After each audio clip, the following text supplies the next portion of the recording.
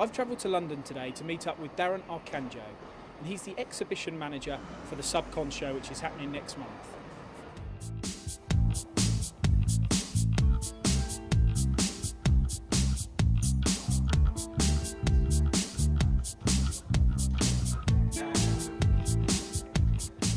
So Darren, tell me about the history of the Subcon Show. Well, Subcon's been running for 30 years. Started off in the automotive industry and predominantly is seen as a metal bashing show. My company, Centaur Media, took on Subcon about 15 editions ago and has since then diversified the show into various areas in terms of metal fabrications, in plastics, test, measurement, inspection, software, electronics, and so on. And it's now a show that has got small over the years, but has turned a point where it's now grown 20% each year. And specifically over the last 5 years, in fact, it's twice as big as it was 5 years ago. I was at the Subcon 2013 show. Very busy, very buoyant. Good. What's going to be good about 2014? What's the highlights? 2014, we've already got the feedback from those people who are looking to come and visit. We've got, I think we're up by about 14% on visitor stats from last year. So we're looking to have a busier show. We've got the engineer conference returning, which was a hugely successful conference. Good speakers from Rolls-Royce, headline speaker. We've got the Bloodhound car being at the exhibition. We've got the new zone, which is the electronic subcontract electronic zone, which is providing a platform for our electronics exhibitors that have exhibited with us for the last 5 years and done quite well. So we decided to provide an opportunity or a platform for them, which we believe they'll benefit from. So how many exhibitors will be there? We will have over 300 exhibitors exhibiting from various backgrounds and profiles, providing different services and products this year. They will be exhibiting to an audience of over 4,000. So if I was an exhibitor, what could I expect? I mean, exhibitions are great, exhibiting is great, but at the end of the day, you want to sell your services. Yep. Are people going to buy?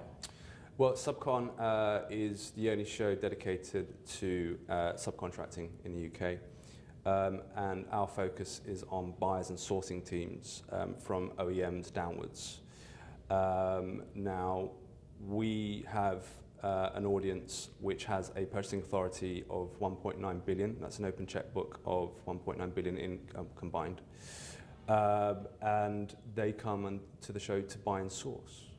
And that's our aim.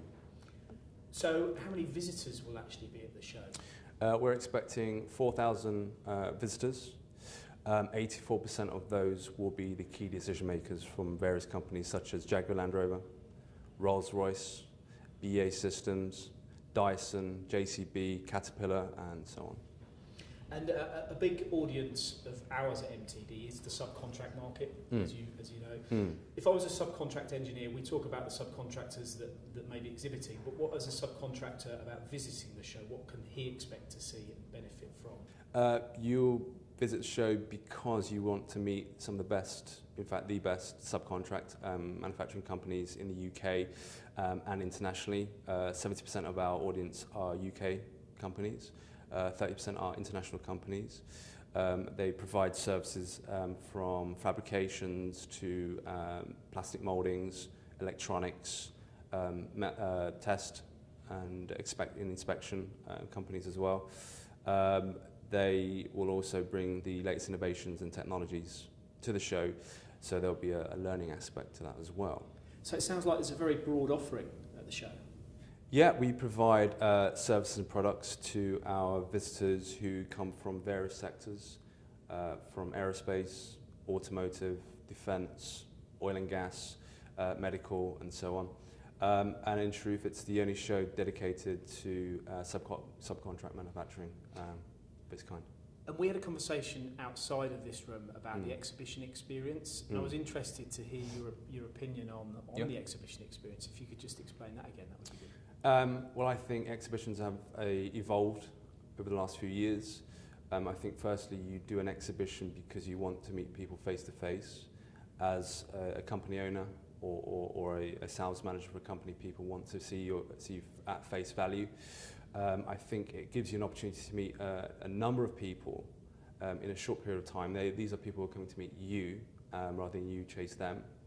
And it also, the experience now is more complete than it was a few years ago. We have online opportunities, so you have your company listings on the website, your company overview. You are in a show guide, so the work that's done before the show is important as doing the 3 days exhibiting and thereafter as well. So there's also online activities such as LinkedIn and Twitter, and the conversations and the chatter that goes on between exhibitors and visitors is as important as being at the show itself. So most importantly, when is the show and where is the show? The show is the 3rd to the 5th of June in Birmingham NEC. It's an annual show, so it happens every year around June.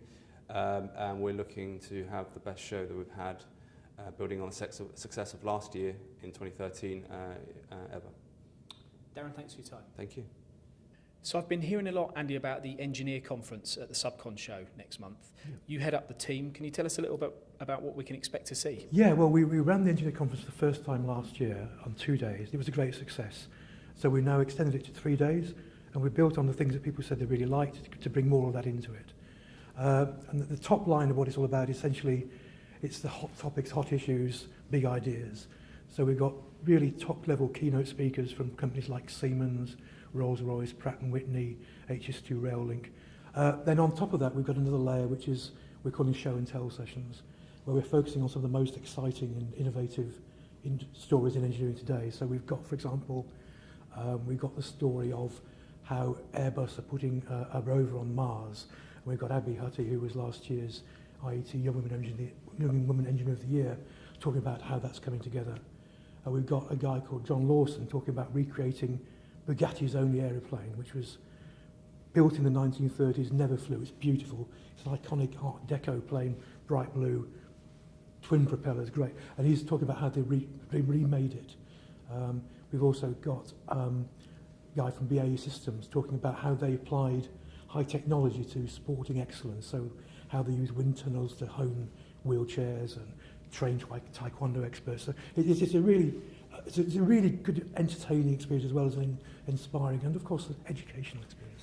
And is there a schedule? Can you see this on the internet, or do you? There's a lot going on. How can you plan your day to make sure you get the best out of it? Well, if you register for the Subcon exhibition as part of your registration process, you are taken to a page where you can see the full programme and you can see which sessions you want to go to, and you can pick them there.